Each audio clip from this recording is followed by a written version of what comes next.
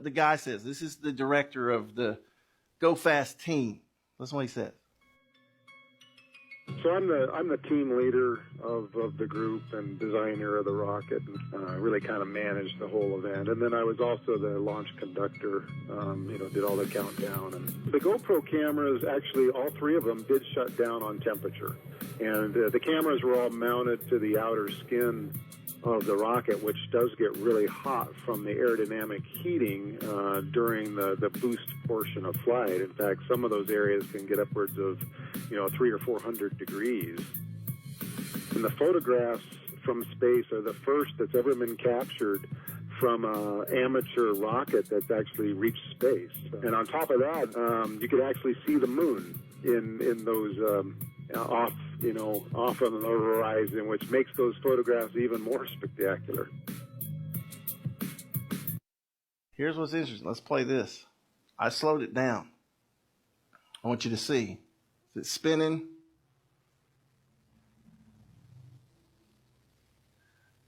Said it reached space. The first photographs from space from an amateur rocket. Interesting, huh? Didn't get too far in space because it's falling back down to the earth, just slowly. I slowed this way down. All right, here it comes.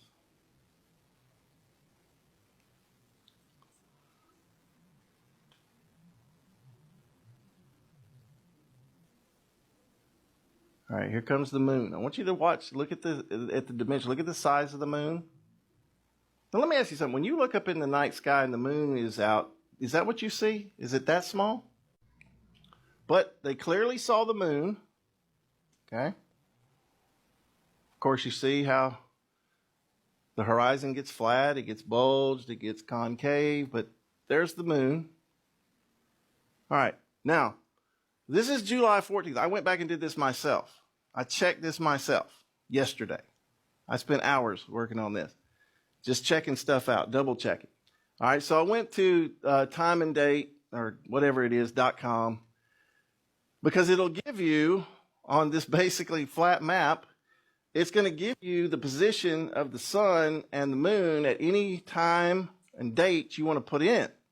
So I put in Monday, July 14th, 2014, 9:34 a.m., which is 1634 UTC. Okay, so the exact time of the launch that the rocket went up to 73 miles, the sun is here over, say, what is that, Jamaica, Haiti, Dominican Republic area, the Bahamas. They launched in Nevada. The moon was directly over Australia. All right, now I want you to notice something. This side here is in the sunlight, and this side is not seeing any sunlight whatsoever. And the sun is said to be 93 million miles away. The moon is 240,000 miles away. So if this side's not seeing the sun, this side's certainly not seeing the moon through the ball. And when you look at this, look at the distance from New Mexico to Australia, 8,830 miles. You type it in, even with the height of the rocket, 386,000 feet, a distance of 8,830 miles, you get a ridiculous number here of 26,537,329 feet. You break that down, and basically it's 5,206 miles of bulge, right? So basically what that is this.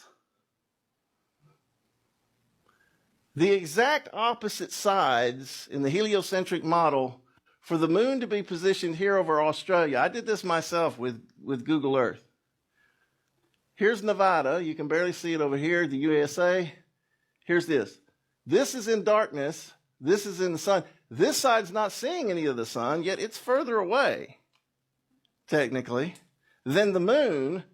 So get this. There's no way he went up here 73 miles that he saw the moon through this ball.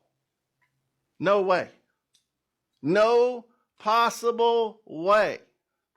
In fact, calculating it, you'd probably have to be over 500 miles plus, maybe even further, high to see that. Let me tell you how it's possible. On a flat plane. All right? Look at this. I want to show you something. This is fascinating, right? So what he's seeing here, when they saw the moon, they got up 73 miles, they got enough to see the moon at a distance. Because remember, what keeps us from seeing things sometimes? Sometimes we have to get up higher to be able to see further, right? So they got up high enough to see far enough to see the moon